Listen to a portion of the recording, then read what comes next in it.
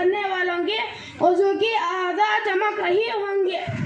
اس طرح ایک حدیث میں اللہ کے رسول صلی اللہ علیہ وسلم نے فرمایا، جو آدمی وضو کرتے ہوئے ہاتھ دھوتا ہے تو اس کے گناہ پانی کے ساتھ دھل جائیں گے۔ جب کلی کرتا ہے، ناک میں پانی چڑھاتا ہے، سر کا مسح اور پیر دھوتا ہے تو اس کے گناہ پانی کے ساتھ بھیگ جائیں گے۔ لیکن افسوس کی بات یہ ہے کہ ہمیں وضو کا طریقہ بھی صحیح سے نہیں معلوم۔ آخر میں اللہ تعالیٰ سے دعا ہے کہ ہمیں اللہ تعالیٰ وضو کی اہمیت کو سمجھنے کی توفیق عطا فرما۔ آمین یا رب العالمین۔ بسم اللہ الرحمن الرحیم۔ محترم عالی جناب مولانا نور محمد صاحب سے گزارش کرتا ہوں کہ وہ براہ کرم اسٹیج پر تشریف لائیں۔ علیکم ورحمۃ اللہ وبرکاتہ۔ کل نفس ذائقۃ الموت، دل کو دنیا کی الفت سے آزاد کر، موت کو یاد کر، موت کو یاد کر، موت کو یاد کر، موت کو یاد کر۔ آج مومن بھی دنیا کے شوقین ہے، دل کی رنگین ہے جب ہی غمگین ہے۔ آج مومن بھی دنیا کے شوقین ہے، دل کی رنگین ہے جب ہی غمگین ہے۔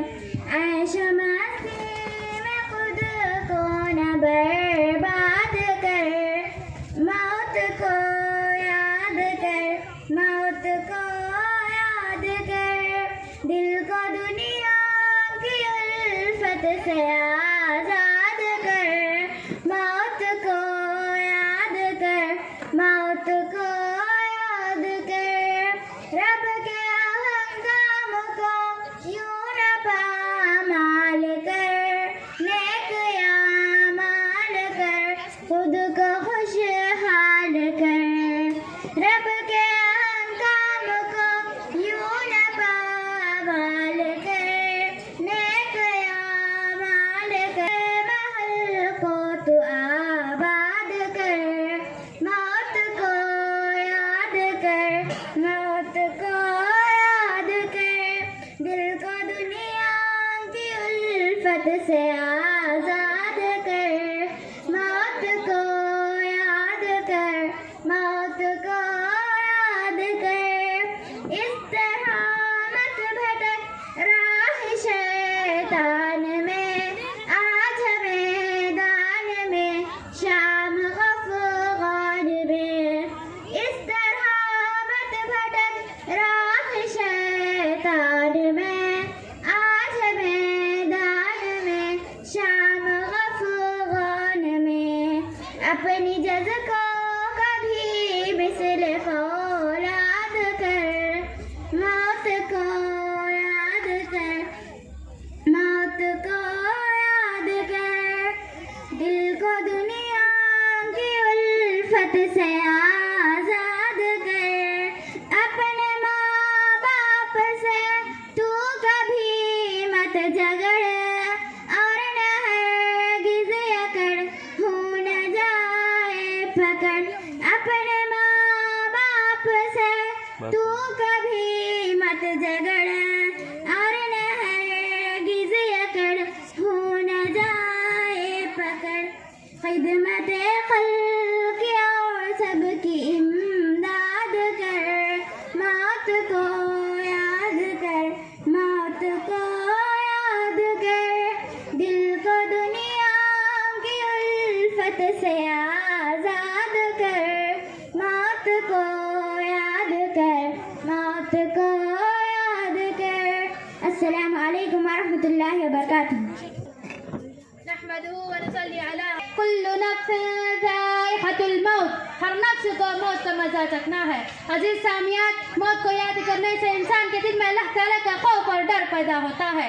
موت کو یاد کرنے سے عمل صالح کرنے کی دل میں تمنا پیدا ہوتی ہے اور گناہوں سے نفرت اور اس سے بچنے کا جذبہ پیدا ہوتا ہے۔ اور اسی طرح نبی اکرم صلی اللہ علیہ وسلم نے فرمایا اکثروا ذکر ہادم اللذات، یعنی موت، لذتوں کو ختم کرنے والی چیز موت کو کثرت سے یاد کرے۔ اور اسی طرح نبی اکرم صلی اللہ علیہ وسلم نے ایک شخص کا خلبن کہا جو انہیں موت کو یاد کرتا ہے اور موت کے بعد آنے والے وقت کے لیے اچھی تیاری کرتا ہے۔ اور موت کو یاد کرنے سے مراد موت کی تمنا کرنی ہے، بلکہ موت کو اور اس کی سختی کو یاد رکھنا اور موت کے بعد آنے والے معمولات کے لیے اچھی تیاری کرنا۔ میری دینی ماں اور بہنوں، زندگی کی ختم ہونے کو موت کہتے ہیں اور یہ موت اٹل حقیقت ہے، کیونکہ آج تک نہ کوئی اس فیصلے سے بچ سکا ہے نہ کوئی بچ سکے گا۔ اور ہم کتنے بھی بڑے مضبوط محل میں ہو مگر ایک موت ہم کو ضرور پکڑے گی۔ اور اسی طرح موت کے واقع ہونا حقیقت ہے اور اسی طرح موت کی سختیاں بھی یقین ہے۔ کافر اور مومن کی موت کی سختیاں میں بھی فرق ہوتا ہے۔ حدیث میں یہ بھی آتا ہے کہ کافر کی موت ہونے سے پہلے ملک الموت کا فرشتہ آتا ہے اور اس کے سر پر بیٹھ جاتا ہے اور کہتا ہے اے خبیث روح نکل۔ اللہ کے غصے غضب کی طرح روح جسم کے اندر جاتی ہے اور اسے فرشتے باہر نکالتے ہیں جیسے کانٹے دار لوہے کی میخ سے گیلی اون نکالی جاتی ہے۔ اور اسی طرح مومن کے موت کے بارے میں بھی آتا ہے کہ مومن لوگوں کے موت کے فرشتے ان کے موت کے وقت احترام کرتے ہوئے سلام کہتے ہیں اور خوشخبری دیتے ہوئے کہ لوگوں تم کے نیک اعمالوں کی بدولت جنت میں دیکھ لیے ہو جاؤ۔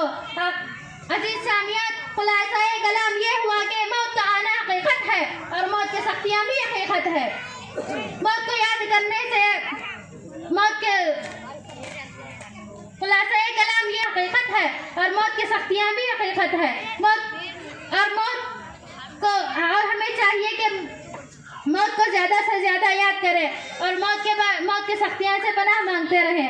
آخر میں اللہ تعالیٰ سے دعا ہے کہ اے اللہ ہم تمام کو موت کو یاد کرنے اور اس کی سختیوں سے بچنے اور کوشش کرنے کی توفیق دے، ہمارا خاتمہ بالخیر ہو، آمین ثم آمین۔ والسلام علیکم ورحمۃ اللہ وبرکاتہ۔ میں شاہد عبداللہ کو دعوت دیتا ہوں دعائیں سنانے کے لیے۔ السلام علیکم ورحمۃ اللہ وبرکاتہ۔ وعلیکم السلام ورحمۃ اللہ وبرکاتہ۔ آپ کو سب سے پہلا سوال ہے، ہمیں کوئی شخص کھلائے پلائے تو کیا دعا دیں گے اس کو؟ اللہم اطعم من اطعمنی واسقی من سقانی۔ کپڑے پہننے کی دعا کیا ہے؟ الحمدللہ الذی کسانی ھذا ورزقانی من غیر حول منی ولا قوة۔ نظر نہیں لگنا تو کون سی دعا پڑھیں گے؟ نظر بد سے بچنا بولے تو اعوذ بکلمات اللہ التامۃ من کل شیطان وہامہ ومن کل عین لامہ۔ زہریلے کیڑے مکوڑوں سے بچنا پڑے تو کون سی دعا پڑھیں گے؟ اعوذ بکلمات اللہ التامۃ من شر ما خلق۔ مصیبت کے وقت کون سی دعا پڑھیں گے؟ انا للہ و انا الیہ راجعون اللہم اجرنی فی مصیبتی واخلف لی خیر منہا۔ کوئی آدمی بیمار ہے، بیمار آدمی پر کون سی دعا پڑھ کر پھونکیں گے؟ لا بتشعرون انشاءاللہ۔ اور اللہم رب الناس اللہم ربنا عذاب الباس واشفی انت شافی لا شفاء شفاء لا یضر سقما۔ بارک اللہ اللہم زد فضل جائے۔ والسلام على رسوله الكريم أما بعد فأعوذ بالله من الشيطان الرجيم بسم الله الرحمن الرحيم السارق والسارقة فاقطعوا أيديهما۔ آج کے جلسے میں میری تقریر کا عنوان ہے اسلام اور چوری۔ محترم سامعین، اسلام میں چوری کرنے والوں کی سخت وعیدیں آئی ہے، جیسا کہ اللہ تعالیٰ کا ارشاد ہے السارق والسارقة فاقطعوا أيديهما، یعنی چوری کرنے والے مرد اور چوری کرنے والے عورت کے دونوں ہاتھوں کو کاٹ دیا جائے۔ اس آیت سے ہمیں یہ معلوم ہوتا ہے کہ کوئی آدمی چوری کرے تو اس کے دونوں ہاتھوں کو کاٹ دینا ہے۔ اور السارق يسرق البيضة فتقطع يده ويسرق الحبل فتقطع يده۔ اس حدیث سے ہمیں یہ معلوم ہوتا ہے کہ کوئی آدمی چوری کرے تو بھی اس پر اللہ کی لعنت ہوتی ہے، چاہے وہ انڈا چوری یا معمولی رسی بھی چوری کرے تو بھی اس پر اللہ کی لعنت ہوتی ہے۔ لیکن افسوس کی بات ہے کہ ہمارے گھروں میں چھوٹے بچے چوری سے پیسے نکالتے ہیں اور بھی دوسری چیزیں نکالتے ہیں، لیکن ہم لوگ انہیں منع نہیں کرتے ہمیں چاہیے کہ ان کو سمجھائے، اگر وہ نہیں سمجھتے ہیں تو ان کو مار کی سزا دے کر چوری جیسی بری عادت سے بچائیں۔ آخر میں اللہ تعالیٰ سے دعا ہے کہ اللہ تعالیٰ مجھے اور تمام لوگوں کو اس چوری جیسی بری عادت سے بچائے، آمین یا رب العالمین۔ السلام علیکم۔ والسلام على رسوله الكريم أما بعد فأعوذ بالله من الشيطان الرجيم بسم الله الرحمن الرحيم۔ محترم سامعین، آج کے اس پروگرام میں میری تقریر کا عنوان ہے حضرت خالد بن ولید رضی اللہ تعالیٰ عنہ۔ حضرت خالد بن ولید رضی اللہ تعالیٰ عنہ اللہ کے رسول صلی اللہ علیہ وسلم کے ایک جلیل القدر صحابی اور عظیم سپہ سالار اور تاریخ کا احساس پادے تھے، اور حضرت خالد بن ولید رضی اللہ تعالیٰ عنہ قریش سرداروں میں سے تھے اور مکے کے مالداروں میں سے ان کا شمار ہوتا تھا، اور اسلام قبول کرنے سے پہلے اسلام کے خلاف بہت ساری جنگیں لڑے، پھر بعد میں اسلام قبول کیے۔ محترم سامعین، جنگ موتا کے موقع پر سب سے پہلے اسلام کا جھنڈا حضرت زید رضی اللہ تعالیٰ نے اسلام کا جھنڈا اٹھا لیا۔ جب یہ شہید ہو گئے تو حضرت جعفر رضی اللہ تعالیٰ نے اسلام کا جھنڈا اٹھا لیا۔ جب یہ بھی شہید ہو گئے تو حضرت عبیداللہ رضی اللہ تعالیٰ نے اسلام کا جھنڈا اٹھا لیا، اور جب یہ شہید ہو گئے تو حضرت خالد بن ولید رضی اللہ تعالیٰ نے اسلام کا جھنڈا اٹھا لیا، اور اللہ تعالیٰ نے انہیں کے ہاتھوں میں مسلمانوں کو فتح دلوا دیا۔ سبحان اللہ، یہ کیسے بہادری ہے! اس لیے اللہ کے رسول صلی اللہ علیہ وسلم نے حضرت خالد بن ولید رضی اللہ تعالیٰ عنہ کو سیف اللہ کا مان لقب دیا تھا، یعنی اللہ کی تلوار۔ محترم سامعین، حضرت خالد بن ولید رضی اللہ تعالیٰ عنہ اسلام کی خاطر بہت ساری جنگیں لڑے، اور ہر جنگ میں اللہ انہیں کامیابی عطا کی، اور حضرت خالد بن ولید رضی اللہ تعالیٰ عنہ کے جسم کا کوئی حصے میں ایسا نہیں دے گی جس میں کوئی چوٹ نہ لگے، لہٰذا ہمیں بھی چاہیے کہ اپنے اندر حضرت خالد بن ولید جیسے بہادری اور شجاعت اپنے اندر پیدا کرے، اور صحابہ کرام جیسے زندگی گزارنے کی کوشش کرے۔ آخر میں اللہ تعالیٰ سے دعا ہے کہ اللہ تعالیٰ ہمیں اسلام کے لیے جینے اور اسلام کے لیے مرنے کی توفیق دے، آمین یا رب العالمین۔ والسلام علیکم ورحمۃ اللہ وبرکاتہ۔ وعلیکم السلام۔ السلام علیکم ورحمۃ اللہ وبرکاتہ۔ الحمدللہ رب العالمین والصلاۃ والسلام علی رسول الکریم، اما بعد اعوذ باللہ من الشیطان الرجیم بسم اللہ الرحمن الرحیم۔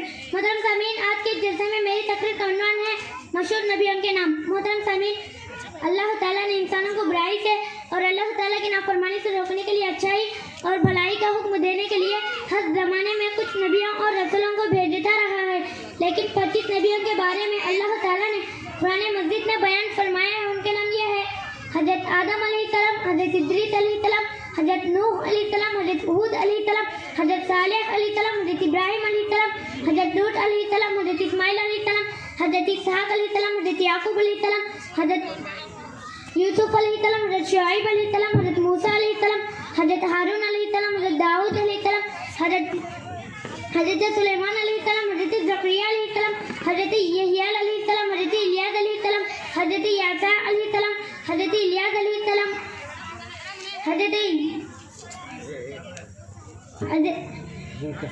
حضرت ذوالکفل علیہ السلام، حضرت یونس علیہ السلام، حضرت ایوب علیہ السلام، حضرت محمد صلی اللہ علیہ وسلم، حضرت عیسیٰ علیہ السلام، حضرت محمد مصطفیٰ صلی اللہ علیہ وسلم۔ آخر میں اللہ تعالیٰ سے دعا ہے کہ اللہ تعالیٰ ان تمام نبیوں پر ایمان لانے کی توفیق دے، آمین یا رب العالمین۔ والسلام علیکم ورحمۃ اللہ وبرکاتہ۔ ورحمۃ اللہ وبرکاتہ۔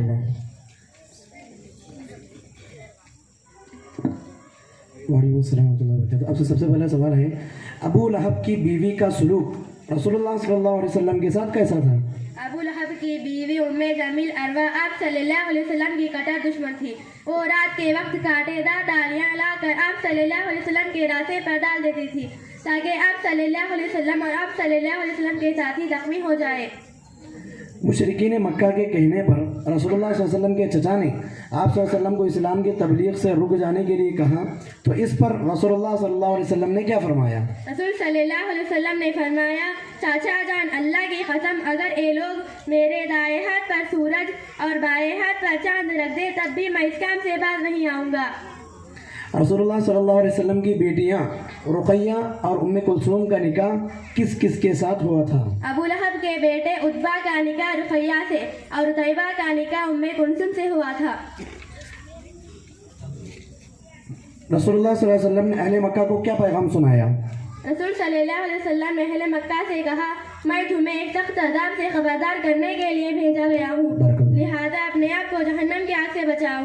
حکم الہی کے سامنے میں تمہارے کسی کام نہیں آؤں گا۔ رسول اللہ صلی اللہ علیہ وسلم کو نبوت کس عمر میں ملی تھی؟ 40 سال کی عمر میں۔ کیا عرب کے لوگوں کو امن نصیب تھا؟ عرب میں لوگوں کا امن نصیب نہیں تھا، بلکہ راستے خطرناک تھے۔ راستوں میں مسافروں کو لوٹ لیا جاتا تھا، غریبوں پر ظلم کیا جاتا تھا۔ رسول اللہ صلی اللہ علیہ وسلم کی والدہ کے بعد سب سے پہلے کس نے دودھ پلایا؟ صوبیہ نے جو ابو لہب کی لونڈی تھی۔ ماشاءاللہ، بارک اللہ جائے۔ السلام علیکم ورحمۃ اللہ وبرکاتہ۔ بندوں کی خبروں یعنی درگاہوں کے پاس جانا۔ محترم حضرات اور میری دینی ماں اور بہنوں، اب میں آپ کے سامنے درگاہوں کے پاس جانے کے بڑے فائدے بتانا چاہتی ہوں۔ درگاہوں کے پاس جانا چاہیے کیونکہ اللہ کے رسول صلی اللہ علیہ وسلم نے فرمایا کہ تم قبروں کی زیارت کرو۔ چنانچہ آج ہمارے پاس درگاہوں کو جانے والوں سے پوچھ کر معلوم کر سکتے ہیں کہ اس کے فائدے کتنے ہیں۔ محترم سامعین، اگر کوئی آدمی درگاہ کو جاتا ہے اور وہاں جا کر چادر چڑھاتا ہے، پھول چڑھاتا ہے، ناریل پھوڑتا ہے، بتی لگاتا ہے اور وہاں جا کر مرغیاں کاٹ کر پکا کر کھاتا ہے، تو یہ اللہ کے نیک بندے کل قیامت کے دن کام آئیں گے، اس کے حق میں سفارش کریں گے، ہمارے گاؤں کے قریب میں ملک، آتنا پور، لکشما پور، ولگور، گاریا پورم وغیرہ میں بھی درگاہ ہیں، اور اسی طرح ہمارے گھروں میں لڑائیاں ہوتے ہیں، دکانوں میں برکت نہیں رہتی ہے، تو صاحبوں کے پاس، درگاہوں کے پاس سے تعویذ لا کر اپنے گلوں میں، ہاتھوں میں اور پیروں میں باندھے، اس سے پریشانیاں سب دور ہو جائیں گی۔ آخر میں اللہ تعالیٰ سے دعا ہے کہ اللہ ہمیں صحیح انداز میں اس دین کو سمجھنے کی توفیق دے، آمین یا رب العالمین۔ السلام علیکم ورحمۃ اللہ وبرکاتہ۔ یہ کیسی لگی آپ کو کہ جو تقریر سنے ہیں بالکل ایسے ہی لوگ، ایسا ہی ذہن رکھنے والے، ایسے ہی مینٹالٹی رکھنے والے ہمارے اڑوس پڑوس میں بہت سارے لوگ پائے جاتے ہیں، جن کا عقیدہ یہ ہوتا ہے کہ ہم جا کر درگاہ جائیں گے تو ہمیں اولاد ہوگی، درگاہ جائیں گے تو گھروں میں خوشی آئے گی، درگاہ جا کر صاحب کے پاس سے پلیدے وغیرہ لے کر آئیں گے تو گھروں میں اطمینان آئے گی، برکت آئے گی۔ ایسے کتنے لوگوں کے بارے میں ہم لوگ سنتے ہیں، اور اپنے اڑوس پڑوس میں کتنے لوگوں کو ہم ایسا دیکھتے ہیں۔ خاص کر یہ ہماری بدقسمتی ہے، یہ ہماری بد نصیبی ہے کہ مردوں کے مقابلے میں یہ بیماری، یہ وبا، یہ مصیبت میری مائی بہنوں میں زیادہ ہوتی ہیں۔ لہٰذا ہمیں غور کرنا چاہیے، عقل کے ناخن دینا چاہیے کہ شرک کرنا، یہ درگاہوں کے پاس جانا، یہ مرغیاں کاٹ کر کھانا، تعویذ لگانا، یہ بڑا گندا کام ہے۔ اس کا اس حدیث میں اس کی کوئی بھی دلیل یا اس کا کوئی بھی پروف ہم کو دیکھنے کو پڑھنے کو نہیں ملتا۔ اللہ تعالیٰ سے دعا ہے کہ اللہ تبارک و تعالیٰ اس لڑکی کو بہترین سے بہترین عالم باعمل بنائے اور اسلام کی بہترین سے بہترین مبلغہ بنائے، آمین یا رب العالمین۔ ابھی آپ لوگ درگاہ جانے کے بارے میں سنیں۔ ابھی ایک لڑکی آئے گی، آ کر درگاہ کو نہیں جانا، کیوں نہیں جانا یہ بارے میں بتانے کے لیے میں صفیہ نور احمد کو دعوت دیتا ہوں۔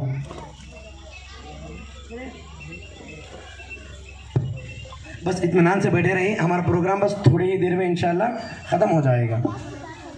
السلام علیکم ورحمۃ اللہ وبرکاتہ۔ نحمده ونصلي على رسوله الكريم، اما بعد فاعوذ بالله من الشيطان الرجيم، بسم الله الرحمن الرحيم۔ اليوم اكملت لكم دينكم واتممت عليكم نعمتي ورضيت لكم الاسلام دينا۔ محترم حضرات اور میرے دینی ماں اور بہنوں، اسلام ایک مکمل دین ہے۔ اسلام اپنے ماننے والوں کو دنیا اور آخرت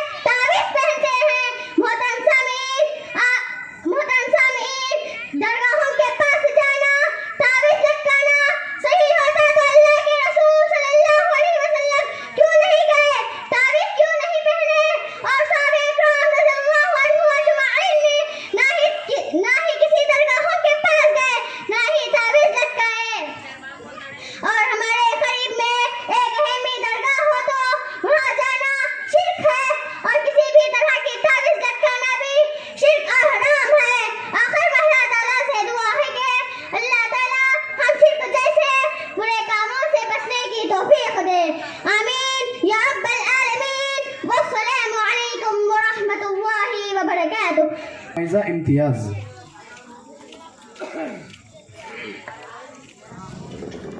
عليكم ورحمة الله وبركاته.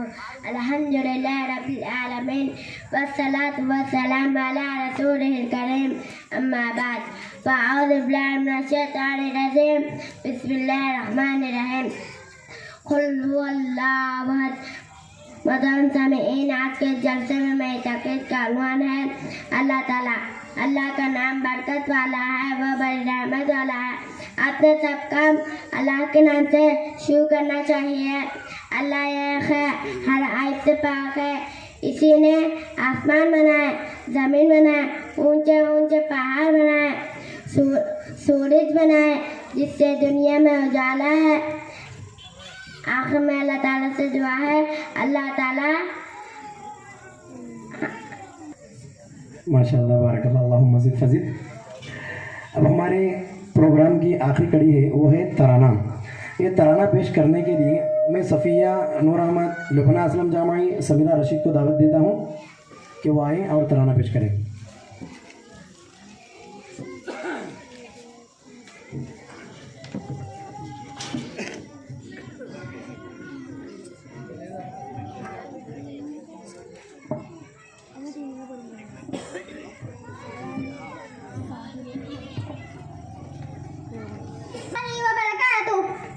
تو بے گر علم و صدق و صفا، صدیق کی بیٹی صدیقہ. تو بے گر علم و صدق و صفا، صدیق کی بیٹی صدیقہ. تو اہلیہ محبوب خدا، صدیق کی بیٹی تو اہلیہ محبوب خدا، صدیق کی بیٹی صدیقہ. تو پہ کر علم اے میرا قلم اے میری زباں، کیا شان کریں گے تیری بیاں. اے میرا قلم اے میری زباں، کیا شان کریں گے تیری بیاں. قرآن ہے تیرا مدح سرا، صدیق کی بیٹی صدیقہ. قرآن کہنے ہیں تیری عظمت کے، کیا کہنے ہیں تیری رفعت کے، کیا کہنے ہیں تیری عظمت کے. ماشاء اللہ ماشاء اللہ، صدیق کی بیٹی صدیقہ. ماشاء اللہ ماشاء اللہ، صدیق کی بیٹی صدیقہ. ورحمۃ اللہ وبرکاتہ. الحمد للہ رب العالمین والصلاة والسلام علی رسولہ الکریم اما بعد. محترم حضرات اور میرے اسلامی ماں اور بہنوں، بہت خوشی ہوئی اس پروگرام میں آنے کے بعد. ہر بچہ مختصر ہی صحیح بہترین انداز میں بہترین باتیں جو ہے بتا کر گیا. ایک ایک تقریر جو بچہ کیا ہے، اگر اس کو بولتے جائیں تو ایک ایک گھنٹہ بول سکتے ہیں. اور ہر بچہ ہر بچی الحمدللہ اچھے انداز میں تقریر کیے ہیں، اور نظمیں بھی جو ہے پڑھنے والے اچھے پڑھے ہیں، ترانہ پڑھنے والے اچھے پڑھے ہیں. میں بہت متاثر ہوا. میں سوچا نہیں تھا کہ جو ہے اتنے اچھے انداز میں بچے تقریریں کریں گے. مجھے بہت خوشی ہوئی. سب سے پہلی تقریر جو بچہ کیا ہے، ہمارے رسول، میرے خیال سے اگر انعامات کی ترتیب کی جائے تو یہ بچہ پہلے انعام کا قابل ہے. اس کا نام ہے ایان عظیم باشا، جو ہمارے رسول بول کر تقریر کیا ہے. ماشاءاللہ بہت اچھی تقریر کی. تو ہر بچہ ویسے تو جو ہے تقریر اچھے انداز میں کیے ہیں، ہر بچی جو ہے تقریر اچھے انداز میں کی. مجھے جو ہے بہت خوشی ہوئی. اللہ تبارک و تعالیٰ سے دعا ہے کہ اللہ تبارک و تعالیٰ ہم تمام کو جو کچھ ہم باتیں سنے ہیں بچوں کے ذریعے اس پر عمل کرنے کی توفیق عطا فرمائیں. بولنے والوں کو بولنے سے زیادہ اور سننے والوں کو سننے سے زیادہ عمل کرنے کی توفیق عطا فرمائیں. آمین. السلام علیکم و رحمۃ اللہ. السلام علیکم ورحمۃ اللہ وبرکاتہ. الحمد للہ رب العالمین والصلاة والسلام علی اشرف الانبیاء والمرسلین وعلى آلہ واصحابہ اجمعین ومن تبعہ بإحسان الى یوم الدین. اما بعد. وقال النبی صلی اللہ علیہ وسلم طلب العلم فریضۃ علی کل مسلم. رواہ ابو داؤد. محترم معزز علماء کرام اور میرے اسلامی بھائیوں اور پردہ نشین خواتین اسلام، آج میں آپ لوگوں کے سامنے کوئی بڑی لمبی تقریر کرنے کے لیے کھڑا نہیں ہوا ہوں. مجھے صرف 10 سے 15 منٹ کا وقت دیا گیا ہے اور اس وقت میں علم کی اہمیت اور فضیلت کے تعلق سے چند باتیں رکھنے کی کوشش کروں گا. سب سے پہلی چیز یہ ہے، علم کو پھیلانے اور آگے بڑھانے کے لیے 4 طرح کے لوگ بہت اہم ہوتے ہیں. وہ 4 طرح کے لوگ کون ہیں اور ان لوگوں کے تعلق سے 1-2 بات بتا کے میں اپنی بات کو ختم کروں گا. سب سے پہلی چیز یہ ہے کہ دین کا علم آگے بڑھانے کے لیے، پھیلانے کے لیے 4 قسم کے لوگ بہت اہم ہوتے ہیں. سب سے پہلے استاد، ایک عالم جو پڑھانے والا ہے. دوسرا پڑھنے والے طلبہ. تیسرا بچوں کو پڑھنے کے لیے جو ماں باپ بھیجتے ہیں وہ والدین. تیسرا جو بھی مدارس اور مکاتب چلتے ہیں اسے چلانے کے لیے جو ذمہ داری لیتے ہیں یہ ذمہ دار. یعنی 4 قسم کے لوگ ایسے ہوتے ہیں جن کی وجہ سے اسلام کا جو دین ہے وہ دین کو آگے بڑھا سکتے ہیں اور پھیلا سکتے ہیں. تو ان 4 لوگوں کے تعلق سے ایک بات یا 2 بات بتا کر میں اپنی بات کو ختم کروں گا. سب سے پہلی چیز یہ ہے، ایک عالم کے تعلق سے. جو عالم ہمارے بچوں کو یا ہم لوگوں کو قرآن و حدیث کی تعلیم سکھاتے ہیں، ان لوگوں کے تعلق سے قرآن و حدیث میں کیا بتایا گیا ہے وہ آپ کے سامنے رکھنے کی کوشش کروں گا. سب سے پہلی چیز یہ ہے، سورہ جمعہ کی آیت نمبر 2 اللہ تبارک و تعالی ارشاد فرماتا ہے هو الذی بعث فی الأمیین رسولا منہم یتلو علیہم آیاتہ ویزکیہم ویعلمہم الکتاب والحکمہ وإن كانوا من قبل لفی ضلال مبین. اس آیت میں غور کیجئے. اللہ تبارک و تعالی نبی کو کہتا ہے اور لوگوں کو کہتا ہے، اے لوگوں میں نے تمہارے درمیان سے ایک نبی کو چنا ہے، وہ نبی جو تمہارے پاس آ کر قرآن کی تلاوت کرتا ہے اور وہ تمہارے گناہوں سے تم کو پاک کرتا ہے، اور وہ نبی تم لوگوں کو دین اور حکمت کی تعلیم دیتا ہے. آپ اس آیت میں غور کیجئے. اللہ تبارک و تعالی ہمارے آخری نبی کو نبی جو بنایا ہے ان کی ایک ذمہ داری یہ بھی دی ہے کہ لوگوں کو قرآن کی تعلیم دے، لوگوں کو قرآن و حدیث کی تعلیم دے اور لوگوں کو جہنم کے عذاب سے بچائے. اسی مقصد کے لیے اللہ تبارک و تعالیٰ نے ہمارے آخری نبی کو چنا ہے. اب اللہ کے نبی کا انتقال تو ہو گیا اور جو ان کو کام یا ذمہ داری دی گئی اس ذمہ داری کو آگے بڑھانے والے دنیا میں کوئی ہیں وہ علماء کرام ہیں. علماء کرام ہی ہیں جن کو اللہ تبارک و تعالیٰ نے یہ توفیق دی ہے کہ وہ لوگ اللہ کے نبی کے جو دین لے کر آئے تھے اس دین کو آگے بڑھائے ہیں. اسی لیے اللہ کے نبی صلی اللہ علیہ وسلم فرماتے ہیں العلماء ورثۃ الانبیاء.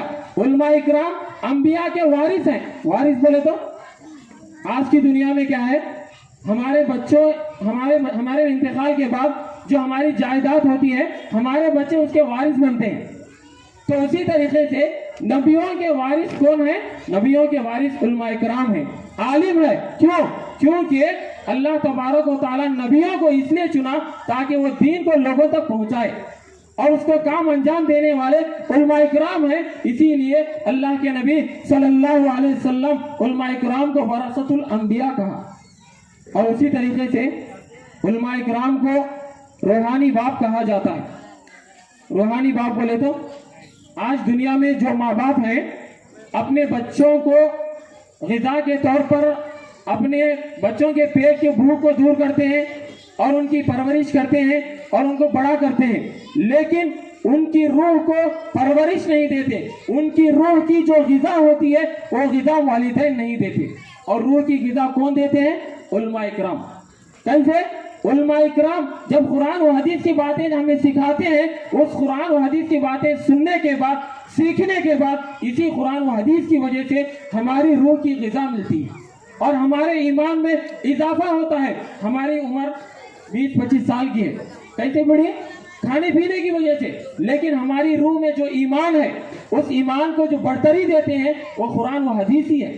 تو دین کو ہم تک پہنچانے کے لیے علماء کرام کی بہت ذمہ داریاں ہیں اور بہت زیادہ قربانیاں ہیں، اسی لیے ہمیں چاہیے کہ ہم علماء کرام کی عزت و احترام کریں، کیونکہ بہت سارے لوگوں کی نگاہ میں علماء کرام کی عزت نہیں۔ کیوں؟ وجہ یہ ہے کہ یہ کیا دو کوئی عالم غلط کام کرتے ہیں، اس کی وجہ سے سارے علماء کرام کو بدنام کیا جاتا ہے۔ آپ کو یاد رکھنا چاہیے علماء کرام نہ ہو تو شاید کہ ہم تک دین صحیح سے نہیں پہنچ سکتا، اسی لیے علماء کرام کی عزت کریں۔ دوسرا وہ لوگ ہیں جو بچوں کے ماں باپ ہیں، یعنی بچوں کے ماں باپ اگر مدارس کو چھوڑیں گے، مکاتب کو چھوڑیں گے، ان کو آخرت میں بہت زیادہ فائدہ ہوگا۔ جیسا کہ اللہ کے نبی صلی اللہ علیہ وسلم فرماتے ہیں اذا مات الانسان انقطع عنه عمله الا من ثلاثه الا من صدقه جاريه او علم ينتفع به او ولد صالح يدعو له۔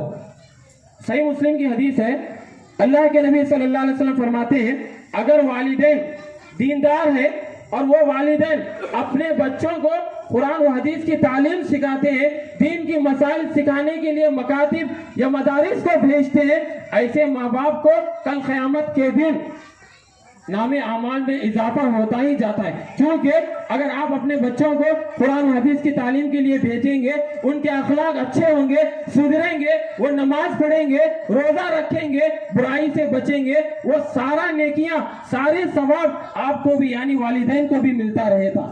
اسی لیے ماں باپ کو چاہیے کہ اپنے بچوں کو دینی تعلیم سکھانے کی کوشش کرے اور مدارس یا مکاتب کو بھیجنے کی کوشش کرے۔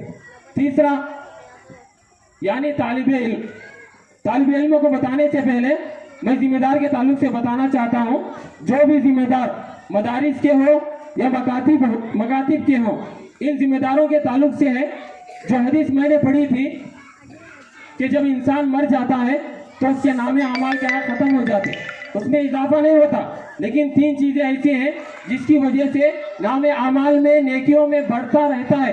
تو ان 3 عملوں میں جو ذمہ دار استاد کو، ٹیچر کو تنخواہ دے کر اور بچوں کے لیے پڑھنے کے لیے ایک جگہ مقرر کر کے اور بچوں کو بلا کر پڑھاتے ہیں، تو ذمہ دار کو بھی کیا ہے، جو بچے پڑھ کر جاتے ہیں، جو بھی نیکیاں کرتے ہیں، وہ تو ذمہ دار کو ملتی ہی ہیں۔ اور ساتھ میں اللہ تبارک و تعالیٰ سورہ مائدہ آیت نمبر 2 میں ارشاد فرماتا ہے وَتَعَاوَنُوا عَلَى الْبِرِّ وَالتَّقْوَى وَلَا تَعَاوَنُوا عَلَى الْإِثْمِ وَالْعُدْوَانِ، یعنی اے لوگو جو بھی نیکی کا کام کرتا ہے اسے ساتھ دو اور جو برائی کے کام کرتے ہیں ان کو ساتھ مت دو۔ لیکن حالت یہ ہے جو بھی نیکی کا کام کرنے آگے بڑھتا ہے ہم لوگ اس کی مدد تو نہیں کرتے، الٹا ہمیں اسے بدنام کرنے کی کوشش کرتے ہیں۔ آپ کو بتاؤں جو مکتب یہاں پر چلتا ہے، بچوں کے امتحان کے وقت میں نے ایک کلپ ویڈیو دیکھی تھی، الحمدللہ بچے بہترین انداز میں قرآن کو پڑھتے ہیں، اور ہم نے یہاں پر تقاریر بھی سنے ہیں، دعائیں بھی سنے۔ یہاں پر اس مکتب میں شاید 20 طلبہ ہیں، ایک ٹیچر ہے، ایک استاد ہے۔ اگر آپ مدد کریں گے، ان کو پیسوں کے ذریعے سے مدد کریں گے، ہو سکتا ہے وہ ایک الگ بلڈنگ لے اور اس میں 2 یا 3 اساتذہ رکھے اور اس میں زیادہ طلبہ بھی علم حاصل کر سکے۔ لیکن آج حالت ایسی ہے کہ لوگ جو بھی نیک کام کرتے ہیں ان کو آ کے پوچھتے بھی نہیں، بھائی تو اتنا بڑا کام کر رہا، کیا کوئی ضرورت ہے، کوئی ہم مدد کر سکتے ہیں؟ کوئی بھی نہیں پوچھتا۔ افسوس کی بات ہے، ہم لوگ کتنا کماتے ہیں اور جو مکاتب رکھے ہیں، مدارس رکھے ہیں، یہ ہمارے لیے نہیں، بچوں کے لیے، آپ کے بچوں کے لیے، ہمارے بچوں کے لیے یا قوم کے بچوں کے لیے یہ مدارس اور مکاتب رکھے جاتے ہیں۔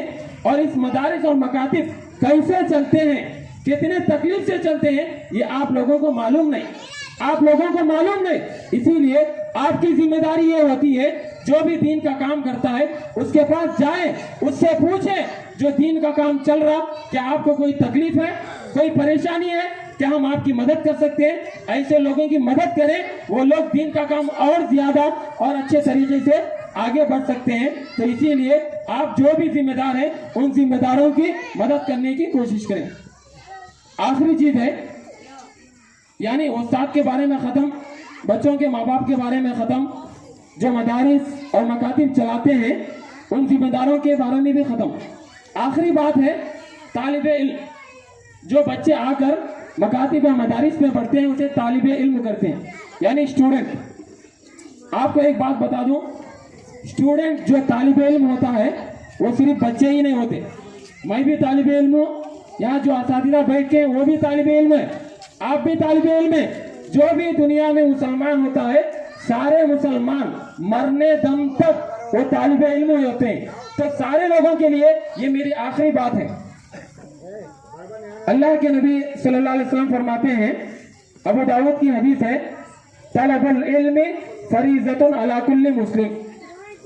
ہر مسلمان پر علم کا حاصل کرنا واجب ہے, سنت نہیں, مستحب نہیں, بہتر نہیں, واجب ہے, ضروری ہے, فرض ہے. مطلب کیا ہے, اگر حاصل نہیں کریں گے گنہگار ہیں, علم حاصل نہیں کریں گے گنہگار ہیں. لیکن کون سا علم حاصل کرنا واجب ہے, یعنی جو بچے 8 سال مدرسے میں پڑھتے ہیں ایسا علم حاصل کرنا واجب ہے, یا اس کے علاوہ کوئی ایسا علم ہے جو حاصل کرنا واجب ہے. مدرسے میں جا کے جو 8 سال پڑھتے ہیں ویسا علم حاصل کرنا ضروری نہیں. کیسا علم آئیے بتاتا ہوں. ایسا علم جس علم کے ذریعے سے ہم لوگوں کو حلال و حرام کی تمیز, حلال و حرام میں فرق کرنے کی طاقت ہو, ایسا علم حاصل کرنا. ہمیں علم نہیں حلال کیا ہے حرام کیا ہے, ہمیں فرق ہی معلوم نہیں, تو ایسے لوگوں پر علم حاصل کرنا ضروری اور واجب ہے. اگر حاصل نہیں کریں گے وہ لوگ گنہگار. اور اسی طریقے سے ایسا علم جو جس کے ذریعے سے ہم نماز صحیح سے ادا کر سکتے ہیں, ایسا علم جس طریقے سے ہم صحیح سے روزہ رکھ سکتے ہیں, ایسا علم جس کے ذریعے سے ہم صحیح طریقے سے زکوٰۃ ادا کر سکتے ہیں, ایسا علم جس کے ذریعے سے ہم صحیح طریقے سے حج ادا کر سکتے ہیں. یعنی وہ چیز جس کے ذریعے سے اللہ نے ہمیں واجب کیا ہے ان چیزوں کو صحیح طریقے سے ادا کرنے کا جو علم ہوتا ہے وہ علم حاصل کرنا ہر مسلمان پر واجب اور فرض ہے. کیونکہ بہت سارے لوگ سمجھتے ہیں بھائی علم حاصل کرنا بچوں کا کام ہے, بڑے جو لوگ ہیں وہ کمانے کے لیے جائیں گے, گھر کے جو مسئلے ہیں وہ حل کریں گے, بچے ہی علم کو حاصل کریں گے, ہم لوگ علم کو حاصل نہیں کرنا. میں بتاؤں, شاید کہ جو مسلمان ہیں کرنول ڈسٹرکٹ میں وہ کہیں بھی ہو, شاید کہ 90% لوگ نماز صحیح سے ادا نہیں کرتے. 90% لوگ مسلمان ایسے ہیں صحیح سے نماز ادا نہیں کرتے. اب کیا بھائی ان لوگوں کو علم حاصل کرنا ضروری ہے؟ نہیں ضروری ہے.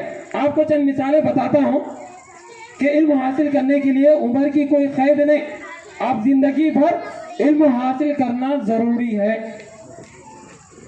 اصحاب صفہ یعنی اللہ کے نبی کے زمانے میں تقریباً 70 صحابہ ایسے تھے جو مسجد نبوی یعنی مدینے میں جو مسجد ہے مسجد نبوی, اس مسجد کے سامنے ایک چوترا تھا, اس چوترے پر تقریباً 70 صحابہ صرف اور صرف علم حاصل کرنے کے لیے دن و رات کو لگا دیتے تھے. میں یہ بات اس لیے بتاتا ہوں, بڑے لوگ یہ سوچتے ہیں کہ ہمیں کمانے جانا ہے, ہمیں گھر کے مسئلے حل کرنا ہے, ہم علم حاصل کریں گے, کمائیں گے کون, گھر کی جو ضروریات ہوتے ہیں وہ پوری کریں گے کون. آپ کو پڑھنا چاہیے اللہ کے نبی اور صحابہ کی سیرت کو. اصحاب صفہ کے بارے میں آپ سنیے کہ اصحاب صفہ کے بارے میں آتا ہے, صحیح مسلم کی حدیث ہے, ان کے بارے میں صحیح مسلم کی حدیث ہے, ما علینا نعال ولا خفاف ولا قلانس ولا خمس. یعنی جو 70 صحابہ تقریباً ان صحابہ کے بارے میں آتا ہے ان کے پاس پہننے کے لیے جوتے نہیں تھے، ان کے پاس پہننے کے لیے ساکس نہیں تھے، ان لوگوں کے پاس پہننے کے لیے شرٹ نہیں تھا، ان لوگوں کے پاس پہننے کے لیے سر پر ٹوپی نہیں تھی۔ اس کے باوجود بھی دن اور رات صرف اور صرف دین کا علم حاصل کرنے کے لیے ختم کر دیتے تھے۔ لیکن آپ کو معلوم ہونا چاہیے، کیا ان لوگوں کو کمانے کے ذرائع نہیں تھے؟ کیا ان لوگوں کو دنیا کی ضرورت نہیں تھی؟ کیا ان لوگوں کو تجارت کرنا نہیں آتا تھا؟ کیا ان لوگوں کو کھیتی باڑی کرنا نہیں آتا تھا؟ آتا تھا، لیکن وہ لوگ اپنی پوری زندگی کو صرف اور صرف علم حاصل کرنے کے لیے لگا دیا ہے۔ انہیں 70 صحابہ میں سے ابو ہریرہ رضی اللہ تعالیٰ عنہ ایک صحابی ہیں۔ جو لوگ احادیث کو پڑھتے ہیں، جب راویوں کی جو روایت پڑھتے ہیں تو ان روایت کرنے والے راویوں میں جو صحابی ہیں سب سے زیادہ ابو ہریرہ کے روایتیں ہیں۔ ان کے بارے میں آتا ہے کہ جب اللہ کے نبی گھر میں ہوتے تھے، گھر کے دروازے کے پاس کھڑے ہوتے تھے، اللہ کے نبی باہر آئے ہمیں کوئی حدیث سنائے، اور اسی طریقے سے کہ وہ اپنے استاد آدم بن ابی ایاس، امام بخاری کے استاد آدم بن ابی ایاس، جب یہ دوسرے گاؤں میں تھے، امام بخاری ان سے ملاقات کرنے کے لیے، ان کے پاس علم کو حاصل کرنے کے لیے سفر کرتے ہیں۔ جب راستے سے گزرتے ہیں، زاد راہ ختم ہو جاتا ہے۔ زاد راہ بولے تو توشہ، جو سفر میں توشہ باندھے تھے امام بخاری رحمہ اللہ، وہ توشہ ختم ہو جاتا ہے۔ ختم ہونے کے بعد امام بخاری کیا کہتے ہیں معلوم؟ طبقات الشافعی الکبریٰ، ایک کتاب ہے سبکی لکھنے والے بڑے محدث ہیں، وہ اپنی کتاب میں لکھتے ہیں امام بخاری کے بارے میں، جب اپنے استاد سے ملاقات کرنے کے لیے، علم حاصل کرنے کے لیے سفر کرتے ہیں، جب زادیرہ ختم ہو جاتا ہے تو بھوک مٹانے کے لیے کسی کے دروازے پر کھٹک نہیں مارتے، کیا کرتے معلوم؟ اپنی بھوک کو مٹانے کے لیے گھاس پتے کھا کر اپنی بھوک کو مٹاتے تھے۔ اس طریقے سے وہ لوگ تکلیفیں پڑے ہیں، اس کے بعد ہم تک یہ آسانی کے ساتھ علم پہنچا ہے، ہم تک کتابوں کی شکل میں بآسانی علم پہنچا ہے۔ اور اسی طریقے سے امام احمد بن حنبل بہت بڑے امام ہیں، سب جانتے ہیں، ان کے شاگرد بقی بن مخلد ان کے شاگرد ہیں۔ یہ واقعہ بڑا ہے، وقت نہیں، صرف میں یہ بتانا چاہتا ہوں کہ علم حاصل کرنے کے لیے کیسی محنتیں، کیسی تکلیفیں پڑے۔ تو امام احمد بن حنبل کو کسی مسئلے کی وجہ سے گھر کے اندر قید کر دیا گیا۔ جو لوگ گاؤں کے لوگ ہوتے ہیں وہ لوگ ان سے جا کے بات نہیں کرنا۔ یہ بادشاہ کیا کرتا؟ امام احمد بن حنبل کو ان کے گھر میں قید کر دیتا۔ تو اس وقت ان کے ایک گاؤں، دور گاؤں سے ان کے ایک شاگرد آتے ہیں بقی بن مخلد، وہ آ کر فقیر کی شکل میں، بھکاری کی شکل میں روزانہ ان کے گھر کے پاس، ان کے دروازے کے پاس بھیک مانگنے کی شکل میں آ کر روزانہ 2 یا 3 حدیثیں سن کر جاتے تھے۔ یعنی بھکاری کی شکل میں آ کر بقی بن مخلد امام احمد بن حنبل کے پاس روزانہ 2 یا 3 حدیثیں حاصل کر کے جاتے تھے۔ تو ان ساری چیزوں سے آپ کو یہی بتانا چاہتا ہوں، اس زمانے میں محدثین اکرام علم کو حاصل کرنے کے لیے بہت زیادہ تکلیفیں اٹھائی ہیں، لیکن آج ایسی حالت نہیں۔ ہر گاؤں میں، ہر محلے میں، ہر مسجد میں علماء کرام موجود ہیں، آپ ان سے جا کر علم حاصل کر سکتے ہیں۔ لیکن افسوس کی بات یہ کہ ہم اتنے کاہل اور سست ہیں کہ دینی علم حاصل کرنے کے لیے ہم کوئی بھی کوشش نہیں کرتے۔ آخری بات بتا کر میں اپنی بات کو ختم کرتا ہوں۔ اللہ تبارک و تعالی اللہ کے نبی محمد رسول اللہ صلی اللہ علیہ وسلم کو کوئی بھی چیز زیادہ، یعنی دعا کرتے ہیں تو اولاد کے بارے میں دعا کرتے ہیں، صحت کے بارے میں دعا کرتے ہیں، جائیداد کے بارے میں دعا کرتے ہیں، یعنی دنیا کی چیزوں کے تعلق سے ہم کیا ہے؟ دعا کرتے ہیں۔ تو اللہ تبارک و تعالیٰ اللہ کے نبی کو بھی ایک دعا کرنے کا طریقہ سکھایا ہے۔ وہ طریقہ کیا ہے؟ قرآن مجید میں سورہ طٰہٰ کے اندر آتا ہے، ربی زدنی علما، اے نبی تم دعا کے اندر علم کی زیادتی کے لیے دعا کریں۔ یعنی جو زیادتی ہے، اللہ تبارک و تعالیٰ کے نبی کو یہ نہیں کہا کہ تم اولاد کی زیادتی کے لیے دعا کرو،